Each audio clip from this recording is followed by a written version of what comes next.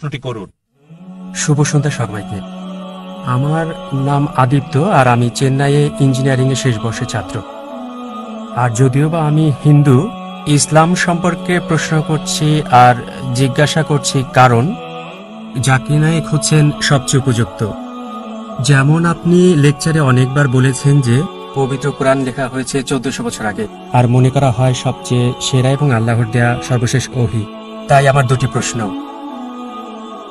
আল্লাহ সবকিছু জানেন, কেন তিনি সেরা গ্রন্থটি পৃথিবী দেননি প্রথম নবীকে, আর ঈশ্বর এত সময় নিলেন তার জ্ঞানের সেরাটা দিতে? আমার দ্বিতীয় প্রশ্ন এটার সাথে সম্পর্কিত, যদিও পবিত্র কোরআন লেখা হয়েছে 1400 বছর আগে, আর মানুষ পৃথিবীতে বসবাস করছে হাজার হাজার বছর আগে, তাই কেন অতি দয়ালু আল্লাহ তাদের সেরা জ্ঞানটা দেন না যা আমাদের দিয়েছেন 1400 বছর আগে? ধন্যবাদ সবাইকে। ভাই, আপনি প্রশ্ন করলেন খুবই প্রাসঙ্গিক প্রশ্ন, দুটো প্রশ্ন, একটা হচ্ছে আরেকটার উত্তর। আপনি বললেন যে কেন আল্লাহ সুবহানাহু ওয়া তাআলা এই চূড়ান্ত বার্তা দিলেন 1400 বছর আগে, প্রথম মানুষ থেকে কেন দেননি? আর দ্বিতীয় অংশ একই প্রশ্নের উত্তর, যে 1400 বছর আগে যে লোকজন ছিল তাদের ব্যাপারে কি হবে? তারা কোরআন থেকে বঞ্চিত। আল্লাহ যদি অতি দয়ালু, অতি মহান, অতি ক্ষমাশীল হন, তাহলে 1400 বছর আগের লোকজন কি বঞ্চিত হয়নি? খুবই ভালো প্রশ্ন করেছেন। আপনার প্রশ্নের উত্তরে বলছি, আমার ছেলে আমাকে বলল, আব্বা, বাবা, তুমি চাও আমি ডাক্তার হই, তাহলে কেন নার্সারিতে প্রথম শ্রেণীতে, দ্বিতীয় শ্রেণী, তারপরে স্কুল কলেজে ভর্তি করালে আমাকে বলো তো? সরাসরি মেডিকেল কলেজে ভর্তি করালে না কেন? যদি আমার ছেলেকে ডাক্তার বানাতে চাই আমি, সরাসরি তাকে মেডিকেল কলেজে ভর্তি করাতে হবে না। প্রথমে তার জন্য ক্ষেত্র তৈরি করতে হবে। প্রথমে সে প্রি প্রাইমারি স্কুলে যাবে, তারপর স্কুলে যাবে, স্ট্যান্ডার্ড 1, এভাবে স্কুল পাস করবে, তারপর হাই স্কুলে যাবে, তারপর কলেজ যখন যোগ্যতা অর্জন করবে তখন মেডিকেল কলেজে যাবে সে।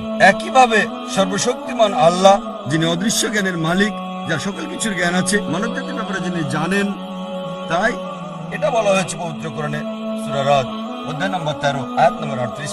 আল্লাহ বলেন, লিকুল্লি আজরিন কিতাব। কিতাব দেওয়া হয়েছে প্রত্যেক যুগে, প্রত্যেক সময়ে।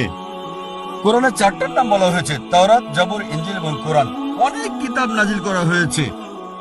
প্রথম কিতাব নাজিল করেছেন কারণ সর্বশক্তিমান আল্লাহ জানতেন যে মানব জাতির আরো উন্নতি করতে হবে। যদি সেই সময় কোরআন নাজিল করতেন, সেই প্রথম সময়ে আমাদের আদি পিতা আদম আলাইহিস সালামের সময়, তিনি জানেন যে মানুষ এটা বহন করতে পারবে না। এ কারণে যে কিতাব কোরআনের আগে এসেছে, মানে ইনজিল, এখন হলো বাইবেল, যদিও আমরা বাইবেলকে ইনজিল বলে মনে করি না, তবে বাইবেলের কিছু অংশ হয়তো ঈশ্বরের বাণী। এটা বলা হয়েছে বাইবেলে গসপেল অফ জন অধ্যায় নম্বর 16 অনুচ্ছেদ 12 থেকে 14। যিশু আলাইহিস সালাম বলছেন, আমার অনেক কিছু বলার আছে, এখন তোমরা তা সহ্য করতে পারবে না। যখন সত্যের আত্মা আসবে, সে তোমাদের সত্যের পথ দেখাবে, তোমাদের আশার পথ দেখাবে, আমাকে সম্মানিত করবে। তা যিশু আলাইহিস সালাম জানতেন, তারপরও তিনি বলেছেন তোমরা তা সহ্য করতে পারবে না। এজন্যই সর্বশেষ এবং চূড়ান্ত নবী আসবে, সে তোমাদের আশার পথ দেখাবে। এভাবে সর্বশক্তিমান আল্লাহ ভালোভাবেই জানতেন কোন সময়টা সর্বশেষ ও চূড়ান্ত বার্তা কোরআন নাজিলের উপযুক্ত সময়, আর সেটা ছিল 1400 বছর আগে।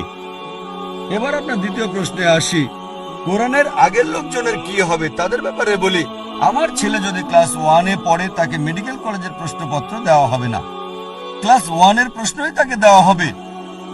যদি হাই স্কুলে যায়, হাই স্কুলের প্রশ্নই তাকে দেওয়া হবে, তারপর জুনিয়র কলেজ। ঠিক একইভাবে সর্বশক্তিমান আল্লাহর মূল বার্তা সব গ্রন্থেই, সব কিতাবে, প্রথম থেকে শেষ কিতাব কোরআন পর্যন্ত একই, অর্থাৎ এক আল্লাহকে বিশ্বাস করতে হবে, একমাত্র তারই ইবাদত করতে হবে।